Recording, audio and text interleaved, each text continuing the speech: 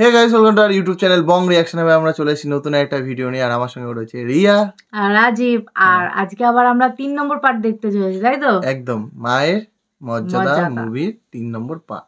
এই 3 নম্বর, হ্যাঁ 3 নম্বর part, third part দেখতে চলেছি। তো দেখবো ক্লিপটা। তার আগে যারা এখনো চ্যানেলটিকে সাবস্ক্রাইব করোনি আর নতুন আছে চ্যানেলে, অবশ্যই সাবস্ক্রাইব করে বেল আইকনটা ক্লিক করে দিও, নোটিফিকেশনটা অল করে নিও। তো চলো বেশি দেরি না করে ক্লিপটা দেখা যাক, দেখে নেওয়া যাক।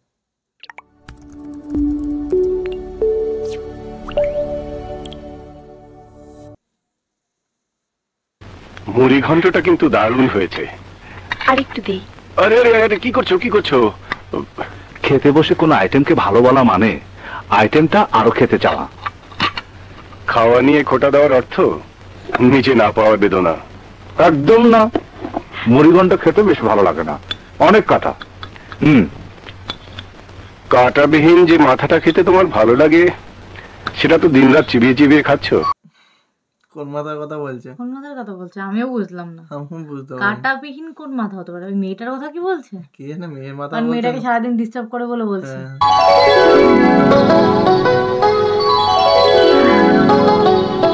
যত কথাই বলিস খোকা, লক্ষ্মী একটা বউ ঘরে না এলে ঘরটা লক্ষ্মী ছাড়া মনে হয় সব ফাঁকা। এত জানো, এত বুঝো, তবে এতটা বছর একা রইল কেন? কেউ এলে আমি তো তার কোলে মানুষ হতে পারতাম।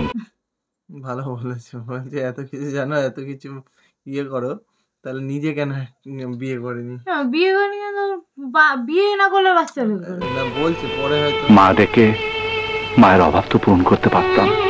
আমি কেন পারিনি সে প্রশ্ন তুলে আমাকে ছোট করিস না খোকা। কি জানি একটা কষ্ট, একটা ব্যথা ওনার বুকে লুকিয়ে আছে। হ্যাঁ, আমি আজও তার সন্ধান পেলাম না। আচ্ছা, কিছু একটা ব্যথা লুকিয়ে আছে যেটা বলিনি এখনো কাউকে, তো সেটার সন্ধান খোঁজার জন্যই মান্না ভাই উতাল পাতাল। সন্ধান করতে করতে সরাসরি তার ব্যবসা প্রতিষ্ঠানে ঢুকে পড়লি? না, ঠিক সেভাবে নয়। তাহলে কিভাবে? ও যা ভালো বুঝবে তাই করবে, আমাদের বুঝে দরকার নেই। তোরা যে বলিস না। ব্যাপারটা কি? আরে কি ব্যাপার? এগুলোর অর্ডার তো আমি দেইনি। ম্যাডাম, এই রেস্টুরেন্টের মালিক আপনাদের অনারে এই ডিশগুলো পাঠিয়েছেন। রেস্টুরেন্টের মালিক কেন পাঠাবে? ওনাকে জিজ্ঞেস করুন, ওই জন্য আসছেন।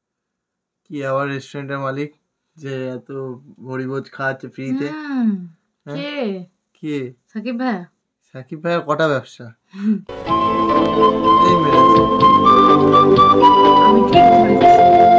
এগুলো সব স্পেশাল ডিশ, আমার তরফ থেকে আপনাদের নিবেদন করলাম। আমার রেস্টুরেন্টে আপনাকে পাবো এটা আমি আশা করিনি। আপনাকে এখানে পাবো আমি আশা করিনি। আশা না থাকলে জীবন আকাশ নিরাশার অন্ধকারে ঢেকে যেত। তারপর ভালোবাসার চাঁদ হৃদয়ে উকি দিত না। বাবা ছড়া বলছে ভাইয়া, ছড়া বলছে, শোনা শোনা, সুন্দর ছড়া। রোমান্টিক হয়ে গেছে। কত ব্যবসা নিয়ে বসে আছে ভাইয়া, সবকিছুর ব্যবসা। সেই দোকানেই মেয়েটা যায়, মানে নায়িকাটা যায় সেই দোকানেই। তাহলে মনের আগুনে পুড়ে খাঁটি সোনার মতো প্রেম বুকের মাঝে বাসা বাঁধত না।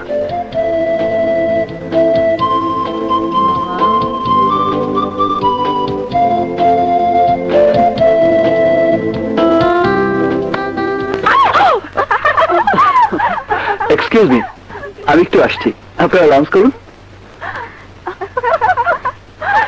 হি হি করে না হেসে খেয়ে নে। কিন্তু হি হি করে না আছে খেয়ে পায়ের মধ্যে একবারই মেরেছে। ডুবে গেছিল না দুজনের চোখে, সেই জন্য। হ্যাঁ, দুজনের চোখে মুগ্ধ হয়ে গেছিল। এত সুন্দর ছড়া বলেছে ভাইয়া। বাজে নিম্নমানের কেমিক্যালের কারণে আমাদের টেক্সটাইল মিলের বদনাম হচ্ছে।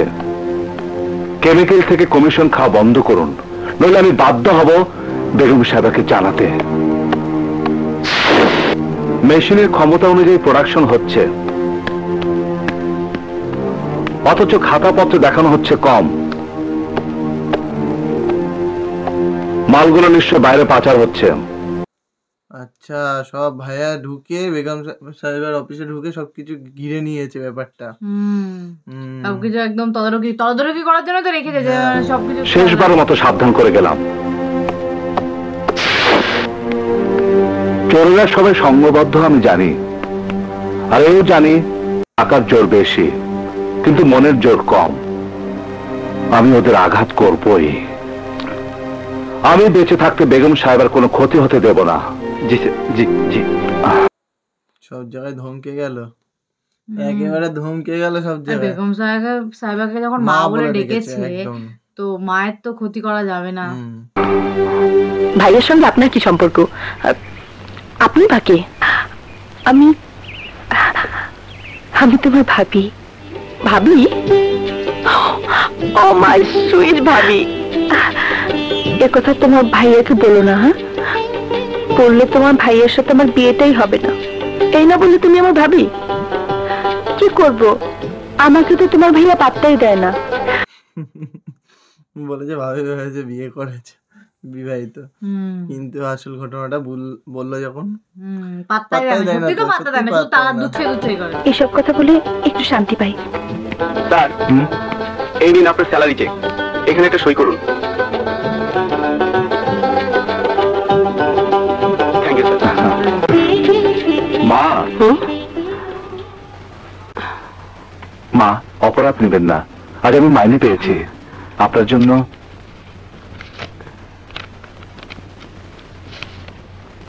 এই শাড়িখানা কিনে এনেছি।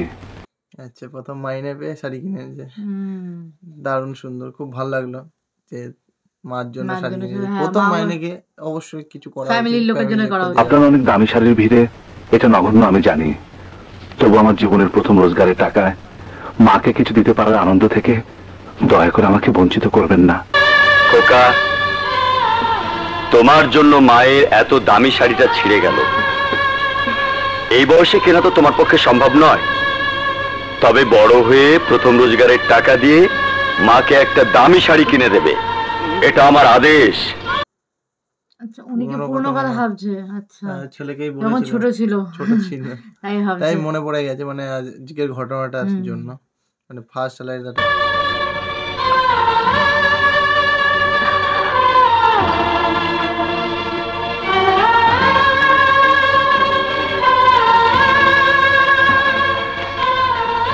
এতে একটা স্যালার কামিজের কাপড় আছে, আমার বোনের জন্য এনেছি। মেঘা কোথায়? ওটা এনিথিং মোর? আর কিছু লাগবে না, থ্যাংক ইউ। মেঘা তো এসে কেনাকাটা করতে নাকি? হ্যাঁ, কসমেটিকের দোকান থেকে মনে হচ্ছে যে। হ্যাঁ, দেখে তো মনে হলো কসমেটিকের দোকানই মনে হয়। কেনাকাটা করতে এসছে, কারণ এখন মনটা তো ভালো আছে।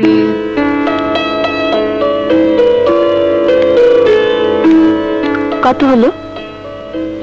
আপনার কোনো পেমেন্ট লাগবে না ম্যাডাম। পেমেন্ট লাগবে না কেন? কারণ মালিকের বারণ। এই দোকানটা আপনার? জি, ওনার গাড়ির নাম্বার ঢাকা ঘ 5344। এই প্যাকেট দুটো ম্যাডামের গাড়িতে দিয়ে এসো, যাও। গাড়ির নাম্বার মনে পড়ে, যেখানে যাচ্ছে সব ব্যবসায়ী নাকি সাকিব ভাইয়ের। সত্যি ঢাকা শহরে কি শুধু সাকিব ভাইয়েরই ব্যবসা ছিল? বিরাট বড় ব্যবসা। গাড়ির নাম্বারটাও মুখস্থ দেখছি। যে গাড়ির নিচে চাপা পড়িয়া মরিতে স্বাদ হয়, তাহার নাম্বার মনে না রাখিলে কি করিয়া চলিবে? প্যাকেটে কি?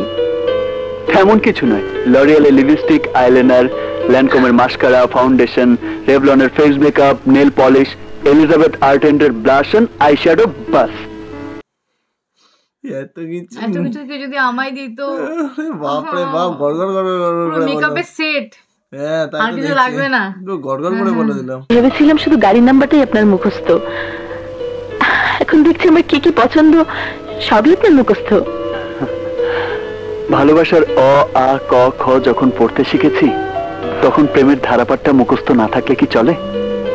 ভালোবাসা প্রেমে দেখছি অভিজ্ঞতা অনেক। থিওরিটিক্যাল নলেজ আছে, কিন্তু প্র্যাকটিক্যালে খুবই কাঁচা। আপনি সাহায্য করলে পুরোপুরি কভার করতে পারবো বলেই আমার বিশ্বাস। পুরোপুরি কভার করেই যাবে। হয়ে গেছে, পারবে।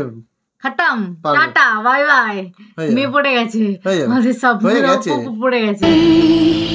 বাঁধন আমার জীবনে না এলে হয়তো সারা জীবনই বুঝতে পারতাম না ভালোবাসা কি, ভালোবাসা কাকে বলে। মনে হয় এতদিন বাঁধনের আশায় আমি পথ চেয়ে বসেছিলাম। বাঁধন আমার স্বপ্ন, আমার সুখ। বেশি সুখ সুখ করো না, আমার মতো অসুখ হয়ে যাইব। এই ব্যাপারে আমি যে তোমার থেকে পুরান রোগী এটা মানে তো? এই ব্যাপারে পুরনো পুরান রোগী পুরান রোগী ওর মার মতন টেনে কথা বলে। বাবা বলছিল হ্যাঁ, কারণ হয়তো একদম এমনি ভালোবাসা একটু। কাউরে বিশ্বাস করণের আগে টোকা দিয়ে দেখা লইবা খাড়ি না ভেজাল। যদি দেখো খাড়ি দিবা দুধের বাড়ি, আর যদি দেখো ভেজাল ঠিকটা দিবা গজাল। খুব সাবধান, কেউ যেন ট্রেন না পায়। ঠিক আছে ঠিক আছে। সবাই মাল আনতে গোডাউনে গেছে, তুমি এখানে পাহারা দাও। আচ্ছা, কেউ এলে ভেতরে ওদের খবর দিও। হ্যাঁ, এখানে আবার কি চলছে গোডাউনে? ওই ছেলেটাকে পাগলটা না? হ্যাঁ, পাগলটাকে পাহারা দিয়ে কি করছে? পাগল ছেলে সারাদিন লালিপপ চষে আর হচ্ছে যে যা বলে। এখানে জিন ভূত নেই তো? তুমি ভূতটা জিন? আমি মানুষ। এখানে কি করছো? সবাই মাল আনতে গোডাউনে গেছে, আমাকে পাহারা দিতে বলেছে। গোডাউনে মাল আনতে গেছে এত রাতে? একদম বুদ্ধি নেই, বোকা। চুরি তো রাতেই করতে হয়, দিনে করলে ধরা পড়ে যাবে না। কথা বলে ভালো ভালো, মানে নিজেই ফাঁসি দিচ্ছে সবাইকে। বলছে যে চুরি রাতে করতে। হ্যাঁ, সবাই তো জানে চুরি তো রাতেই করে। সেই জন্য কেউ এলে ওদের খবর দিতে বলেছে। তুমি এসেছো তাই ওদের খবর দিয়ে আসি। আমি ওদেরকে বলে দিচ্ছি আমি এসেছি। তুমি খেয়াল রেখো আর যেন কেউ না আসে।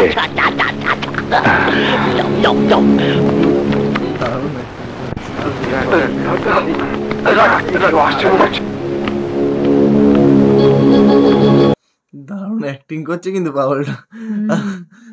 ওকে মানে কি ভুলান দিল জানো, যে আমি গিয়ে বলে দিচ্ছি তুমি আর কেউ না আসে পাহারা দাও।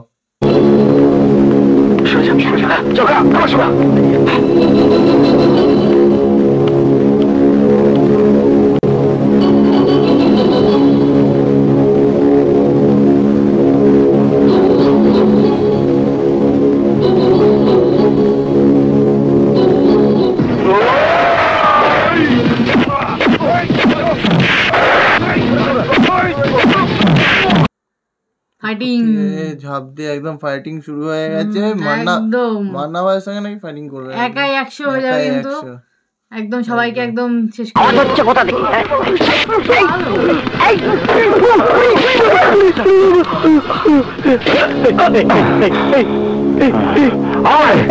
ছেড়ে দাও ছেড়ে দাও ছেড়ে দাও, জামা চিরে যাবে তো। ছেড়ে দাও, জামা চিরে যাবে। বল তোর সঙ্গে কে কে ছিল, নইলে তোকে আমি পুলিশে দেবো। পুলিশে দেবে কেন? পুলিশে তাদের দেয় যারা চুরি করে।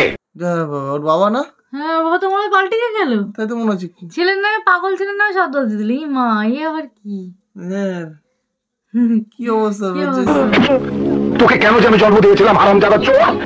আমাকে চোর বলবে না, তুমি চোর, আমি চোরের বাচ্চা। ঢুকাবে না। জানেন আসল কথা হলো, আসল কথা আমরা সবাই বুঝেছি। বাচ্চার জন্য মিথ্যে বলবি তো? কোনো ভাগ হবে না, কোনো অন্যায় আমি সহ্য করবো না। আমি নিজে তোকে পুলিশে দেবো। চল হারামজাদা, আপনি আসুন। হারামজাদা, একদিন কি আমার একদিন। ও চোর, চুরি করে ঢোকা পড়েছে, ওকে লকআপে ঢোকান। বাঁচার জন্য নিজের ছেলেকে চুরি। ওইটাই তো বলতে যাচ্ছি, মানে নিজে ফেসে যাচ্ছে দেখে সেজন্য ছেলেকে ঢুকিয়ে দিল চোরের দেয়। সত্যি। আপনি কে? আরে আমি ওর বাবা, ভাবতেও কষ্ট হয়। চুরি করে ধরা পড়েছে, ওকে হাতে ঢোকান। হোসেন, ইয়েস স্যার, ওকে লকআপে ঢোকাও। জি স্যার। নিয়ে চলো। থাকবো না, নিয়ে যাও। চলো, নিয়ে যাও। চলো, তোর মতো কুসন্তানের মুখে আমি বাবারা শুনতে চাই না। সারা রাত মশার কামড় আর ওনাদের লাঠির বাড়ি খেলেই তো শিক্ষা হবে। একে এমন মার মারবেন যেন মরে যায়। কিরকম বাবা না বুঝতে পেরেছি, নাটক করছে তাই বলে নিজের ছেলের নামে মিথ্যে বুঝে, তাও একটা ছেলেটা কেমন এক নম্বর। আব্বু, আমাকে মেরে ফেলতে বলছো? আমি তোমার ছেলে না? ছেলে হওয়ার বাপি হও, অন্যায় যখন করেছো শাস্তি তোমাকে পেতেই হবে। আমার কাছে অন্যায়ের কোনো ক্ষমা নেই। বাংলাদেশের সব বাবা যদি ওনার মতো হতো তাহলে এই দেশটা সোনার দেশ হতো, তাই না? জি, দেশটা সোনার হলে চোরদের কষ্ট অনেক কমে যেত। চুরি করে পুরো দেশটাই বিক্রি করে দিয়ে অনেক মাল কামাতে পারতো, তাই না? পুলিশ অফিসারটাকে ছেড়ে দিচ্ছে। পুলিশ অফিসার বুঝতে পারেনি কি বলতে চাইছে। পুলিশ অফিসার ওনার সাথে ভালো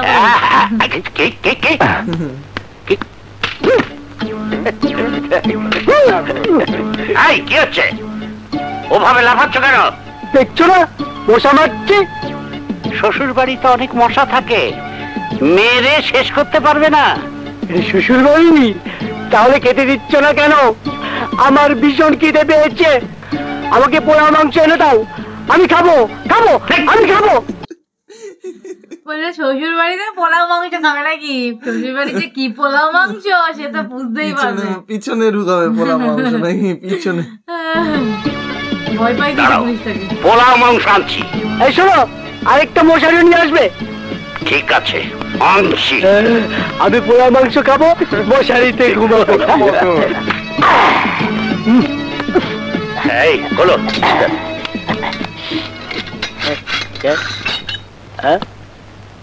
মাংস কোথায়? মশারি কোথায়? দড়ি লাঠি এনেছো কেন? পোলা মাংস দেবে, দড়ি লাঠি দিয়ে কি বেঁধে পিটাবে নাকি? দড়ি মশারি আর ওই যে হাতে পোলাও দেবে, এবার মশারি টাঙিয়ে পোলাও দেবে নাকি? এটা দিয়ে তোমার পা দুটো বেঁধে উল্টো করে ঝুলিয়ে দেবো, আর এই লাঠিটা দিয়ে পেটাবো।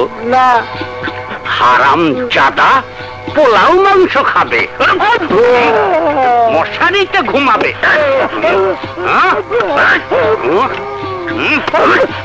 কাল ছেলেটাকে ছাড়িয়ে না আনলে তোদের সবাইকে আমি গুলি করে মারবো। কালকেই ওর ব্যবস্থা হয়ে যাবে স্যার। এখন ছেলেটাকে ঢুকিয়ে দিয়েছে, এখন নাটক করছো নাকি? এখন বলছে ছেলেকে আসার জন্য। মানে সত্যিকারের কি দুর্দান্ত বাবা দেখলাম। ওকে নিয়ে ভাববেন না, শুধু রাজীবকে নিয়ে ভাবুন। ওকে মারতে না পারলে সব ইনকাম বন্ধ হয়ে যাবে স্যার। হ্যাঁ, ওকে সরাতেই হবে।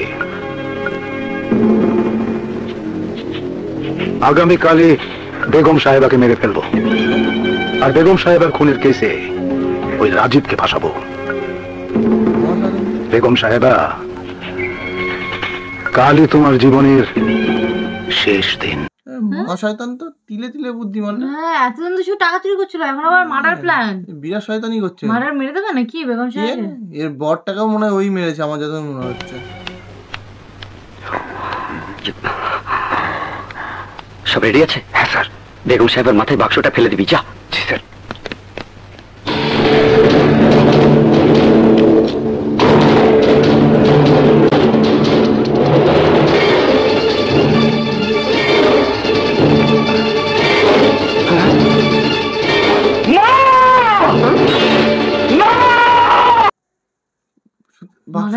মাথার উপর বাক্স ফেলে দিচ্ছে। হ্যাঁ, ও তো মান্নাসা যেভাবে দৌড়ে যাচ্ছে, কিন্তু আমার যেতে পারবে নাকি? সেটা দেখতে হবে তো।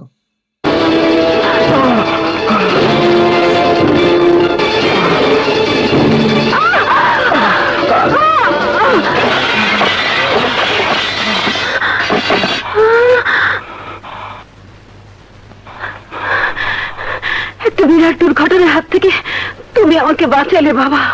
আজকের এই দুর্ঘটনা না ঘটলে বুঝতেই পেতাম না সন্তান কেন বারবার মায়ের বুকে আশ্রয় খুঁজে। কি বাঁচা বাঁচলো। হ্যাঁ, নাহলে তো একদম দুজনের উপরেই পড়ছিল যখন ইয়ে করে সরাতে যাচ্ছিল, আর বললেই ব্যাস শেষ খতম। এই দুর্ঘটনা না ঘটলে জানতেই পেতাম না সন্তান কেন মায়ের বুকে মুখ লুকিয়ে হাসে, মুখ লুকিয়ে কাঁদে।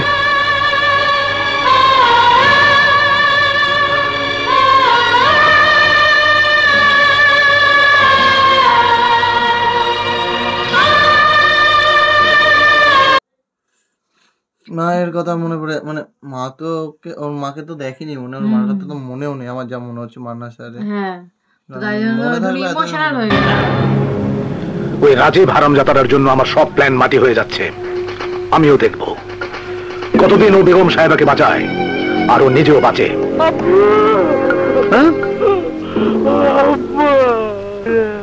ওরে আমার সোনা ধন, আমার মালিকা, আল্লাহ রে, আমার ছেলেটাকে কি মারটাই না মেরেছে? হ্যাঁ, বিতা বেরো তোমাকে কি বলো শুনেছো? তোমাকে মারবে। আমাকে মারবে বলছে নাকি? রাজীবকে মারবে? রাজীবকে মারবে। হ্যাঁ, আমাকে রাজীব নাকি যত মারবে? রাস্তার পথের কাটা নাকি? শরীরে হাত দিলেই ব্যথা চিৎকার করছে। সবকিছুর জন্য রাজীব দায়ী। ওকে মেরে ফেলতে না পারলে আমার শান্তি নেই। ওই রাজীবের কারণেই মালগুলো আনতে পারিনি। তোর কারণে আমার ছেলেটার এই দশা। তোকে নিষেধ করা সত্ত্বেও দিলদারকে ওদের সঙ্গে গোডাউনে কেন?